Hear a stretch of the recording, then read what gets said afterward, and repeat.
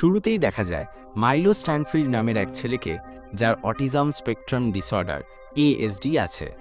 ও new জার্সির এক রাস্তায় দাঁড়িয়ে একটি কাছের ফুলের দোকানের এক মহিলাকে নজরে রাখছে। তখন ওর মাথায় একসাথে 4-5টা জটিল হিসাব ঘুরছে, যা ওর চারপাশের সময় ঘটনার টাইমিং নিয়ে। মাইলো লক্ষ্য করে একটি যাত্রী বাস আসছে, রাস্তা ধরে একটা গর্ত, এক স্ট্রিট আর্টিস্ট আর একটা সাইকেল চালক এগিয়ে আসছে। এসব দেখেই ও রাস্তা পার হয়ে চতুর পরিকল্পনায় একটা কলম রাখে সড়কের ওপর, রাস্তার পাশের একটা ডোবার ধারে মেইল বক্সের কাছে। ঠিক যখন ওর প্ল্যান করা চেইন রিয়াকশন শুরু হলো, তখন একটা ট্যাক্সি ওই ডোবাটায় চড়াও হয় আর জল কলমটার ওপর ছিটকে যায়, যার ফলে কলমটা মাটিতে পড়ে যায়। এটা রাস্তার আর্টিস্টের নজর কাড়ে। ও তখন সামনে এগিয়ে গিয়ে কলমটা তুলে নিতে চায়। ঠিক সেই মুহূর্তে একটা দ্রুতগতির সাইক্লিস্ট আর্টিস্টকে ধাক্কা মেরে দেয়, যার কারণে আর্টিস্টটা মেইল বক্সে আছড়ে পড়ে আর কাছেই থাকা ফল বিক্রি স্ট্যান্ডে ধাক্কা মারে। রাস্তা জুড়ে একটা বিশৃঙ্খলা শুরু হয়ে যায়, যা সবার, এমনকি বাস চালকেরও দৃষ্টি অন্যদিকে সরিয়ে দেয়। ফলাফল, বাস চালক লক্ষ্য করল না ট্রাফিক লাইট লাল হয়ে গেছে আর রাস্তা পার হতে থাকা এক মহিলাকে চাপা দিয়ে মাটিতে ফেলে দিল। মহিলাটি ঘটনাস্থলেই মারা গেল। তুমি শুনেছ তো, গাণিতিক হিসাব বিপজ্জনক না। এরপর মাইলো পরিকল্পনা ঠিকঠাক হয়েছে কিনা দেখে সেখান থেকে চলে যায়। সিন তখন কাটে FBI স্পেশাল এজেন্ট অলিভিয়া ডানহামের কাছে। সে হোমল্যান্ড সিকিউরিটির ফ্রিঞ্জ ডিভিশনে কাজ করে, যা অতি প্রাকৃতিক ঘটনা ফেনোমেনা নিয়ে বিশেষায়িত। অলিভিয়া অনেকদিন বিশ্রামের পর মাথার চোট থেকে সেরে উঠে আবার কাজের জায়গায় ফিরছে। অফিসে ঢুকতেই সে তার সহকর্মী চার্লি, যিনি দলের সুপারভাইজার, ওকে স্বাগত জানাচ্ছেন। এই সময়ে এজেন্সির প্রধান ওয়াল্টার বিশপ একজন ল্যাব অ্যাসিস্ট্যান্ট ফিলিপ ব্রয়েলসের সঙ্গে অলিভিয়ার ফিরে আসা নিয়ে কথা বলছেন। ফিলিপ বলছেন অলিভিয়া আসলে একজন ডোপেলগ্যাঙ্গার, যার নাম ফক্সলিভিয়া, এবং তারা ভাবছেন এই ছদ্মবেশীকে টিমে মিশিয়ে নেওয়া যাবে কিনা। এখানে জানা যায় অফিসের মধ্যে থাকা অলিভিয়া আসল অলিভিয়া নয়, তিনি আসলে একজন ছদ্মবেশী, যাকে আসল অলিভিয়ার জায়গায় আনা হয়েছে। ওয়াল্টারনেট পরে ব্যাখ্যা করে কেন সে ফক্সলিভিয়াকে এই জগতে রেখেছে আর আসল অলিভিয়ার স্মৃতি ফক্সলিভিয়ার মধ্যে ঢুকিয়েছে। সে বলল ফক্সলিভিয়াই একমাত্র যে ঝুঁকি ছাড়াই মাঝে মাঝে ইউনিভার্স বদলাতে পারে। ওয়াল্টারনেট জানতে চায় ও এই কাজ কিভাবে করতে পারে। সে বলে এজন্য ওকে এই জায়গাটাকে নিজের মনে করতে হবে। ফিলিপ জিজ্ঞেস করে যদি ওর নতুন পরিচয় মানানসই না হয় তাহলে কি হবে। তখন চিফ বলেন তাহলে ওর আর দরকার থাকবে না। এরপর চার্লি দলের সবাইকে সংক্ষেপে পরিস্থিতিটা বুঝিয়ে দেয়। চার্লি জানায় এই সপ্তাহে একই রুটে বাস দুর্ঘটনা 2বার হয়েছে আর প্রতিবারই যাত্রী মারা গেছে। এরপর সে তার দলের সবাইকে সতর্ক থাকতে বলে ঘটনাস্থলের দিকে রওনা দেয়। কিছুক্ষণ পর FBI টিম দুর্ঘটনার জায়গায় পৌঁছায় এবং তল্লাশি চালানোর জন্য ছড়িয়ে পড়ে। তদন্তের নেতৃত্ব দেয় আরেকজন FBI এজেন্ট লিঙ্কন লি, যার মুখের একাংশ পোড়া দাগে ঢাকা। চার্লি লাশটা পরীক্ষা করে, লাশের আঙুলের ছাপ ব্যবহার করে আরও বিস্তারিত তথ্য বের করার চেষ্টা করে। এমনকি সে খুঁজে পায় যে মৃত মহিলার নাম জুলিয়ানা ফস্টার। এই সময় অলিভিয়া বাস ড্রাইভারকে প্রশ্ন করছে। ড্রাইভার এই ঘটনায় খুবই বিচলিত এবং বলছেন যে তিনি জীবনে কখনো একটা পাখি বা কোনো প্রাণীকেও আঘাত করেননি। সেই সাথে এজেন্টলি পরিবেশগত কোনো প্রভাব আছে কিনা সেটা পরীক্ষা করছেন, কিন্তু কিছুই পাচ্ছেন না। তবে তিনি ঘটনাস্থল থেকে একই ধরনের একটি বল পয়েন্ট পেন পেয়েছেন। অনুসন্ধানের পর অলিভিয়া এজেন্টলির কাছে এসে জানান যে স্থানীয় এক শিল্পী পেনটা তুলতে ঝুঁকেছিলেন, আর তখনই তিনি এক সাইকেল আরোহীর সঙ্গে ধাক্কা খান এবং ফলে স্টলে ছিটকে পড়েন। এই কথা শুনে এজেন্টলি সন্দেহ করে যে কলমটাই মূল কারণ, যেটা একটার পর একটা ঘটনা ঘটিয়ে শেষ পর্যন্ত ওই মহিলার মৃত্যুর কারণ হয়েছে। পরের দিন এজেন্ট লি আর চার্লি বিগত 2 দিনে ঘটে যাওয়া বাস দুর্ঘটনা দুটির মধ্যে কোনো যোগসূত্র খুঁজতে লাগলো। এজেন্ট লি প্রথম দুর্ঘটনার ছবিতেও একই রকম বল পয়েন্ট কলম দেখতে পেল, যা তাকে আরও নিশ্চিত করে যে কেউ পরিকল্পনা মাফিক এই ঘটনাগুলো ঘটিয়েছে। এরপর তারা FBI এজেন্সির গণিতজ্ঞ অ্যাস্ট্রিডের সাথে কথা বলতে গেল। তারা অ্যাস্ট্রিডকে সব ঘটনা জানায়। অ্যাস্ট্রিড বলে কোনো মানুষের পক্ষে এমন ধারাবাহিক ঘটনা কল্পনা করাই অসম্ভব, আর সেটাকে 2বার নিজেদের সুবিধামতো ঘটানো তো আরও কঠিন। তাদের তর্কের মধ্যেই আবারও ঠিক একই রকম একটি বাস দুর্ঘটনা ঘটে, যা সবাইকে হতবাক করে দেয়। 2 + 2 আবারও সেই বাস দুর্ঘটনা। এফবিআই এজেন্টরা তৎক্ষণাৎ ঘটনাস্থলে ছুটে যায় এবং দেখতে পায় এবারের দুর্ঘটনায় যাত্রীরা বেঁচে আছে। এবার প্রত্যক্ষদর্শীদের জিজ্ঞাসাবাদ করে তারা জানতে পারে একটা কুকুর হঠাৎ রাস্তা পার হওয়ায় বাসটি নিয়ন্ত্রণ হারিয়ে ফেলে। ঠিক তখন অলিভিয়া দেখতে পায় একদম একই ধরনের একটি বল পয়েন্ট কলম পাশেই গড়িয়ে যাচ্ছে। কলমটা মাটিতে পড়ে থাকতে দেখে ও বুঝতে পারে ঘটনা এখানেই শেষ নয়।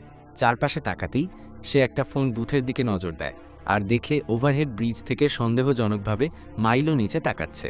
কিছুক্ষণ পরেই ইয়ারফোন কানে এক ব্যক্তি রাস্তা পার হওয়ার জন্য এগোতেই হঠাৎ একটা অ্যাম্বুলেন্স এসে তাকে ধাক্কা মারে। মনে হচ্ছে ওই প্যারামেডিকই ছিল মাইলোর আজকের লক্ষ্য। অলিভিয়া নিশ্চিত হয়ে তার টিমকে খবর দেয় আর মাইলোর দিকে ছুটে যায়। সেটা দেখে মাইলো সঙ্গে সঙ্গে আর একটা ঘটনার ছক কষে এবং ব্রিজ থেকে একটা সাইকেল নিচে ফেলে দেয়। ফলে একটা বাস গতিপথ পরিবর্তন করতে বাধ্য হয়।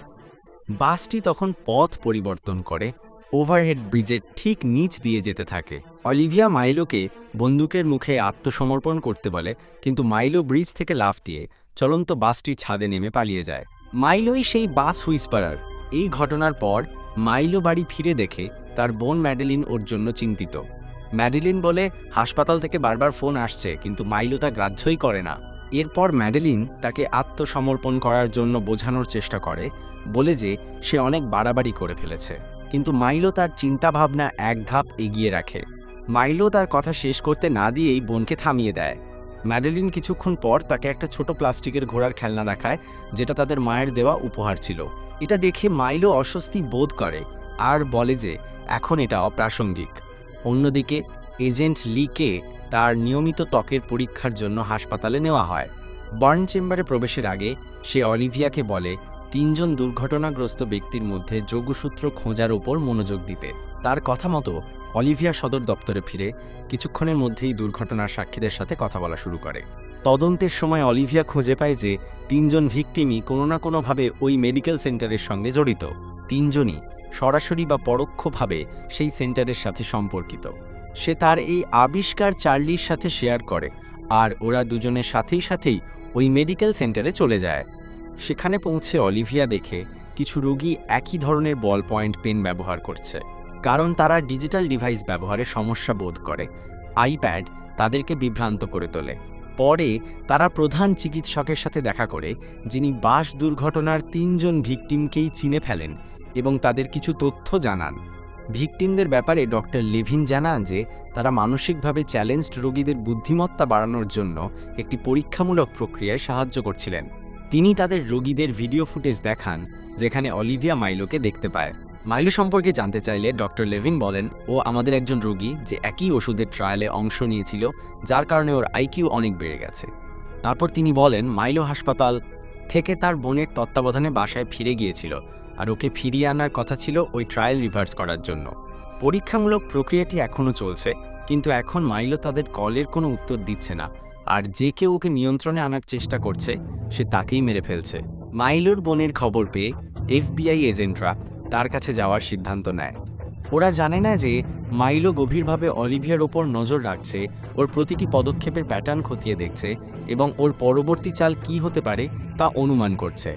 পরে চার্লি আর অলিভিয়া মাইলোর বাড়িতে যায়, যেখানে ম্যাডেলিন তাদের স্বাগত জানায়। তারা মাইলোর অবস্থান জানতে চায়, কিন্তু ম্যাডেলিন বলে যে সে কিছুই জানে না, মনে হয় ও কিছু লুকাচ্ছে। এজেন্টরা ম্যাডেলিনকে বোঝায় যে মাইলো কতগুলো অপরাধ করেছে এবং তাকে এভাবে বাইরে ঘুরতে দেওয়া কতটা ঝুঁকিপূর্ণ। এই সময় চার্লি মাইলোর রুমে তদন্ত করতে যায়। অলিভিয়া তার নিজের মৃত বোনের কথা বলে, জানায় কিভাবে তারা একে অপরের যত্ন নিত। এই কথাগুলো ম্যাডেলিনকে এতটাই স্পর্শ করে যে সে তার ভাই সম্পর্কে আরও বিস্তারিত বলার সাহস পায়। সে ব্যাখ্যা করে মাইলো অনেক ঘটনার ফলাফল, এমনকি ছোট ছোট ব্যাপারও আগে থেকে অনুমান করতে পারে, আর ওর মনোযোগ কেবল তখনই ঘোরানো যায় যখন ওকে ওই খেলনা ঘোড়াটা দেখানো হয়। ওটা দেখলেই ওর মনোযোগ ভেঙে যায়। অবশেষে অলিভিয়া ম্যাডেলিনকে আশ্বস্ত করতে পারে এবং যা কিছু সে জানে তা খুলে বলার জন্য রাজি করায়। অলিভিয়া জোর দিয়ে বোঝায় যে তারা সাধারণ মানুষ এবং মাইলোর নিরাপত্তা নিয়েও তারা চিন্তিত। তারপর ম্যাডেলিন একটা নোট দেয়, যেখানে লেখা থাকে মাইলো বর্তমানে কোন হোটেলে আছে। এরপর অলিভিয়া আর চার্লি মাইলোকে, যার এএসডি আছে, ধরার প্ল্যান নিয়ে আলোচনা করে, কিন্তু তারা দ্রুতই বুঝে যায় যে কোনো পরিকল্পনাই কাজে দেবে না। কারণ মাইলো তাদের প্রতিটি কৌশল আগে থেকেই ধরে ফেলতে পারবে। তাই তারা কোনো রকম চতুরতা ছাড়াই সরাসরি হোটেলে যাওয়ার সিদ্ধান্ত নেয়। ব্যাকআপ কিভাবে কাজ করবে সেটা অবশ্য আমি জানি না, তবে ওরাই ভালো জানে। এদিকে মাইলো তার হোটেল রুমে জানালার ধারে বসে নিচের দিকে তাকিয়ে আছে আর পরের কয়েক মিনিটে কি ঘটতে পারে সেসব কল্পনা করছে। তার ক্ষমতার জোরে সে আগেই বুঝতে পারে যে অলিভিয়া আর চার্লি শীঘ্রই তাকে ধরতে আসবে। সে এমনকি এটাও হিসাব করে ফেলেছে যে অলিভিয়াকে কাছের নির্মাণ সাইটের একটা নির্দিষ্ট এলাকায় ফাঁদে ফেলে মেরে ফেলা যাবে, যেখানে বাতাস খুবই হালকা আর সিমেন্টের ইটের স্তূপের নিচে চাপা দিয়ে তাকে পিষে ফেলা সম্ভব। মাইলো আগেই বুঝতে পেরেছিল যে দুজন FBI এজেন্ট হোটেলে পৌঁছালে সে রাস্তার ওপারে তাদের জন্য অপেক্ষা করবে। এরপর সে নির্মাণাধীন এলাকার দিকে দৌড় দেয় আর এজেন্টরা তার পিছু নেয়। অলিভিয়া, যিনি থিন এয়ার জোন এর সতর্কতামূলক চিহ্নগুলো খেয়াল করেননি, রেসপিরেটর না পরেই সেখানে ঢুকে দৌড়াতে থাকেন। এতে মাইলোর হিসাব কিছুটা হলেও ওলটপালট হয়ে যায়, কারণ সে ভাবেনি অলিভিয়া এমনটা করবে। উপরন্তু অলিভিয়া সিমেন্টের জমাট বাঁধা ইটের স্তূপের ওপর ঝাঁপিয়ে পড়ে নিজেকে বাঁচায়, যা মাইলোর হিসাব অনুযায়ী তার ওপর আছড়ে পড়ার কথা ছিল। খলনায়ক মাইলো ওই মুহূর্তে নিজের হিসাব ভুল হওয়ায় কিছুটা হলেও বিস্মিত হয়। মাইলোর হিসাবে ভুল ছিল, আর শেষ পর্যন্ত অলিভিয়া তাকে ধরেই ফেলে। এই সময় অলিভিয়া কম অক্সিজেনের কারণে প্রায় শ্বাসরুদ্ধ হয়ে যাচ্ছিল, কিন্তু ভাগ্যক্রমে চার্লি ঠিক সময়ে এসে রেসপিরেটর দিয়ে তাকে সাহায্য করে। এরপর চার্লি অলিভিয়াকে জিজ্ঞেস করে কেন সে রেসপিরেটর লাগানোর জন্য থামেনি। অলিভিয়া বলে সে সতর্কতামূলক চিহ্নটা খেয়াল করেনি। পরে অলিভিয়া ম্যাডিলিনকে হাসপাতালে নিয়ে যায়, যেখানে দেখা যায় মাইলো একটি সুপার কম্পিউটারের সাথে কাজ করছে। ডাক্তাররা জানান IQ বাড়ানোর ওষুধটা মাইলোর মস্তিষ্কে এতটাই প্রভাব ফেলেছে যে তারা এখন রিভার্সাল প্রক্রিয়া করতে পারছে না। ওর মন এতটাই উন্নত হয়ে গেছে যে শুধু মেশিনই ওর চিন্তা বুঝতে পারে। এই খবর শুনে ম্যাডেলিন ঘরে ঢুকে তার ভাইয়ের সামনে খেলনা ঘোড়াটা রেখে চলে যায়। সেই সন্ধ্যায় অলিভিয়া তার বাড়িতে থাকার সময় হঠাৎ অন্য ইউনিভার্সের তার বয়ফ্রেন্ড পিটারের একটি প্রতিচ্ছবি দেখতে পায়। পিটার তাকে বলে যে সে এই ইউনিভার্সের নয়, তাকে ফিরে যেতে হলে তার আসল স্মৃতি ফিরে পেতে হবে। পিটার অলিভিয়াকে মনে করিয়ে দেয় কিভাবে এই ব্রহ্মাণ্ড সম্পর্কে তার অজ্ঞতাই আগে তার জীবন বাঁচিয়েছিল। পিটারের মতে অলিভিয়া যদি সেদিনের সতর্কবার্তা থিন এয়ার জোনের চিহ্ন বুঝতে পেরে থেমে যেত, তাহলে সে মারা যেত। পিটার তাকে সব স্মৃতি মনে করার জন্য উৎসাহ দেয় আর তারপর তাকে চুমু খেয়ে অদৃশ্য হয়ে যায়। আরও এমন ভিডিও দেখতে সাবস্ক্রাইব করো, নোটিফিকেশন অন রাখো আর লাইক দিয়ে চ্যানেলটাকে সাহায্য করো।